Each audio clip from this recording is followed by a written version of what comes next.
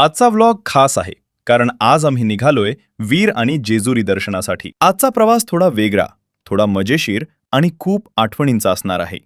चला तर मग व्लॉग सुरू करूया. प्रवास सुरू होण्याआधीच आमच्या गाडीनं सांगितलं, भाऊ आधी मला खायला दे. मग काय, लगेच ऑइल टाकलं, देवाचं नाव घेतलं आणि गाडीला सांगितलं, आता मध्ये बंद पडू नकोस बस.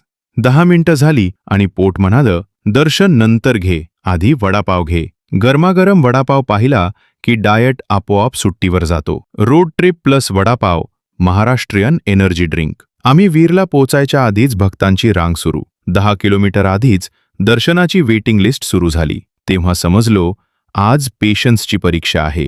शेवटी महस्कोबा देवाचं दर्शन घेतलं. इतक्या वेळ उभं राहिल्यावर दर्शन मिळाल की सगळा थकवा इन्स्टंट डिलीट होतो. आता पुढचं मिशन जेजुरी. थकलेलो होतो पण उत्साह फुल चार्ज.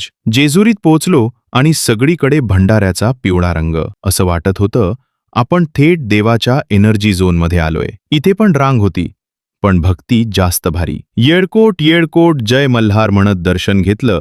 तो मोमेंट कॅमेरामध्ये नाही, मनात कॅप्चर झाला.